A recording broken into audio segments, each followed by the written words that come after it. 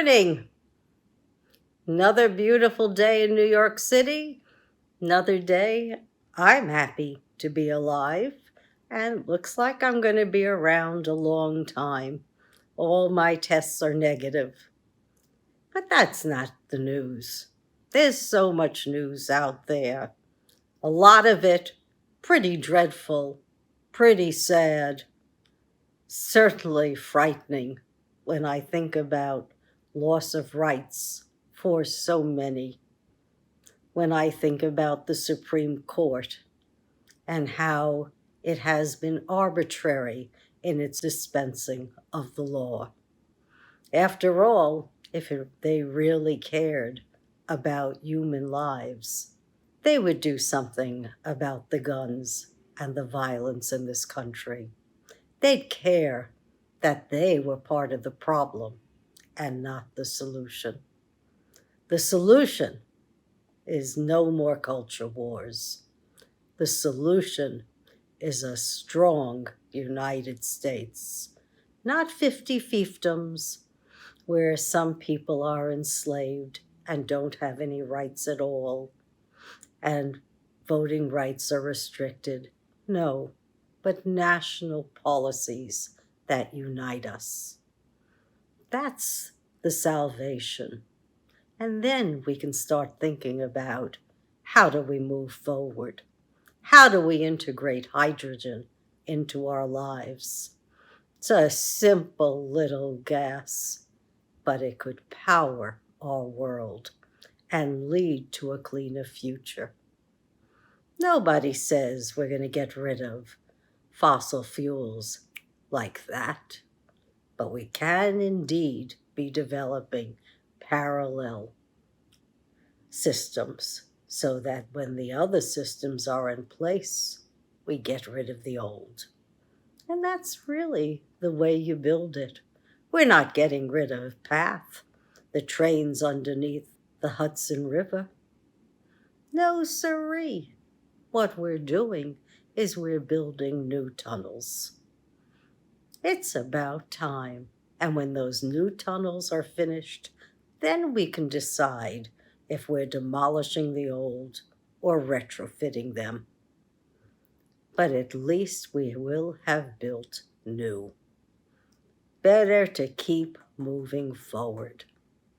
For me, I've always been not only inquisitive, but acquisitive. When I've worked in industries I've never seen before, saw the global picture of what was the problem, and then buried deep to find the solutions. Usually I'd have those solutions on the surface within 1 week. But here, we're dealing with so many people, 320 or 60 million, many who don't want to know the facts, who have both their eyes closed. They don't even care about the facts, and the facts that they are being buried by the very senators and state senators and congressmen and powerful lobbyists and billionaires that they respect and love. They don't see the truth, nor do they want to. I can't be a Cassandra all my life. For 10 years, I've been preaching a fusion ticket. I even wrote to Mitt Romney in 2016 saying, hey, why doesn't he run with me against Donald Trump? We could beat him because Hillary wasn't slated to win, and Donald Trump was always a wild card. I never even got an answer, nothing. And now a brave senator from New Jersey is stating the exact same thing. There should be fusion tickets. People who straddle and are accepted by the right and the left or the center. Those are the people we want. People who can look into the future, create something new, and give us a better reality. I'm no nihilist. I like to look and see what is this digital revolution that we have. How can we contain it so that it works for the benefit of us? What are the labor laws and how have they been overturned to accommodate corporations to the detriment of people and to the organization of unions? I'm going next week to a Ford Foundation function, and I'll probably ask Darren Walker, who's head of the Ford Foundation, if he would help me sponsor a symposium on labor, where I'd like to be able to give you the solutions that we've come up with. There is a working group at Harvard. Their last paper, I believe, was in 2019. They do have a journal article I haven't gotten to read yet, but I will, on a clean slate for workers, what they think should be happening. And a lot of it is rolling back the clock to 1935 with the National Labor Relations Board. It's hopeful that the new person at that board today will be pro-labor and will give more people a basic living wage so that they can survive and they don't have to work 2 to 3 jobs. I'm interested in hydrogen.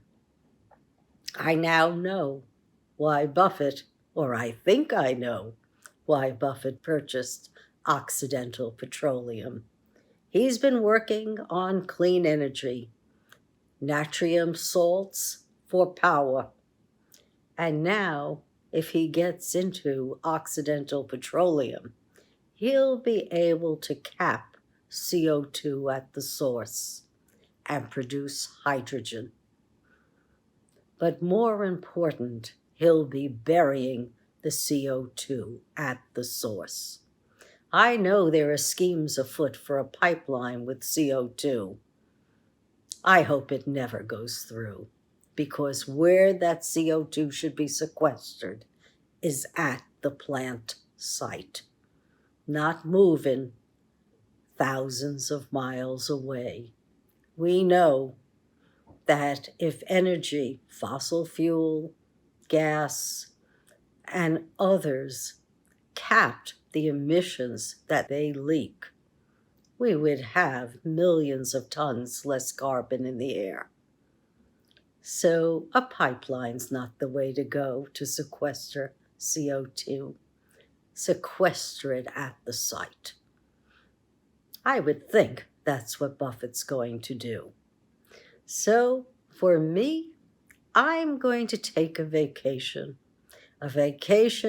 to read, to learn, to understand our world better. I only really like solutions. And I know from Paul Krugman, who I read regularly, we don't have inflation at this point, so I'm hoping Powell doesn't overcorrect, and we certainly don't need a recession. There's inflation all around us. A lot of it is due to greed. It's also due to the Ukrainian war, supply chains, the burning up of our fields, the flooding of our fields that nobody talks about. In Africa, at least, the Bill Gates Foundation is going back to basics with a lot of the African nations. And they're producing the old crops, the crops that sustained them before they went to wheat. They're going to use cassava, fonia, teff, product sorghum, and other products that I may not have heard of, nor you either. But that will be a way for them not to have famine. That's a solution. We're seeing whales, fin whales off of Antarctica, a conservation effort. And they're coming back in droves.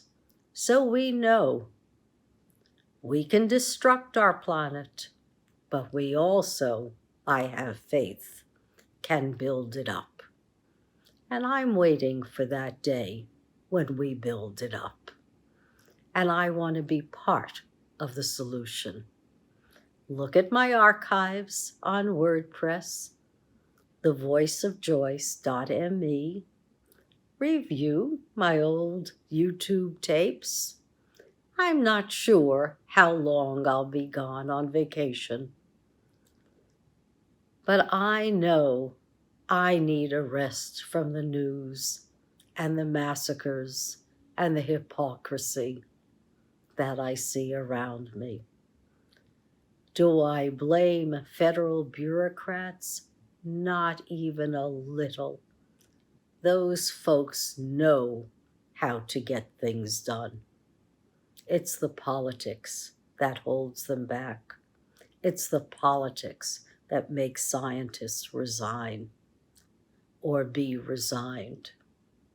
So, no, kudos to our federal government and the bureaucrats that have made it so much a part of our lives and have given us so much.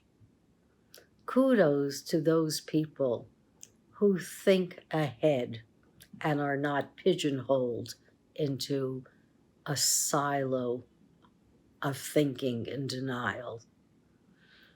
Lavrov from Russia, when confronted with the G20 and their reality of what's happening in Ukraine and the humanitarian crisis that he and Putin are causing, he didn't want to listen.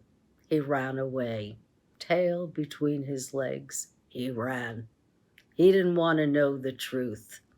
He didn't want to know he was raping and pillaging a nation that didn't want him, and he was stealing their food and their grains, and he was providing insecurity and famine potentially to 70 million people. He didn't want to know that. Did he think he would come to the G20 as a conquering hero? No, sirree. That's not reality. Reality is you see the faults, you see the flaws, and you fix it. You don't despair. You're not a nihilist. We're a world of bright people, and we interconnect, and we will be interconnected forever. All the world's a stage. Let's be one of the players, not be one of the pawns. So, I bid you adieu. I say goodbye for now. And I don't know what kind of a presence I'm going to have on social media. And I certainly thank everyone for following me. And I hope you will in the coming weeks, months, whatever it takes for me to decide on how I can really be a help, a real activist, not a witness for what's to come. Because I really do want a better world for my children and my grandchildren. And hey, for me too. I want to be able to travel. Now that I know I have life, I want to enjoy it and share it with people who I love. Thank you. I guess it's a long Jewish goodbye. God's blessings abundantly to everyone.